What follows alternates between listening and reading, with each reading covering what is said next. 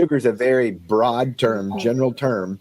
And the keto people with the keto movement, man, they have vilified sugar.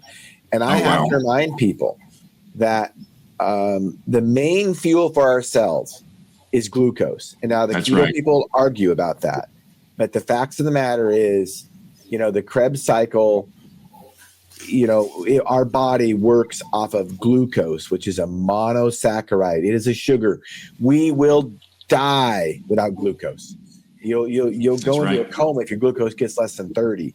So sugar is important. Now, if your sugar is too high, your blood sugar, your glucose is too high, that can be problems.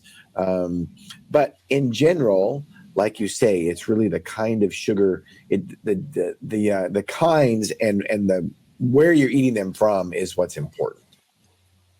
That's right. I mean, if you look at these sugars from aloe vera and rice bran, they are literally, as I'm sure you know, they're like 5D objects. You cannot even draw them on a piece of paper. They are so complex. They are hundreds of glucose units attached together with these very sophisticated glycosidic bonds. And so when you look at those in comparison to amino acids, fatty acids, certainly vitamins, minerals, these things are way less structurally sophisticated than these polysaccharides are. So when you have anything that comes into our system, usually through the mouth, sometimes, but usually when you put something into your system, what happens? The genes interpret the information from that material, that compound, and then they guide the cells in how to function properly. So to your point about, the keto people making all these, vilifications of sugar, again, I would urge these people to do their homework because they're being very ignorant about what these polysaccharides can actually do for beneficial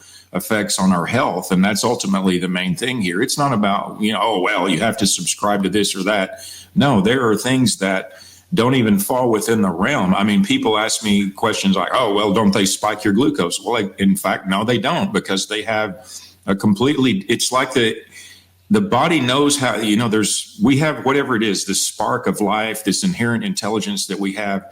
It's the same thing when you take in calcium or vitamin C or anything. Just the body's inherent intelligence recognizes it and then knows what to do with it. It doesn't spike your insulin because you're taking these complex carbohydrates. It knows how to utilize the material, the information coded within that, to then instruct the cells in how to function properly. And that's every cell in the body. It's all 30 whatever trillion cells we have.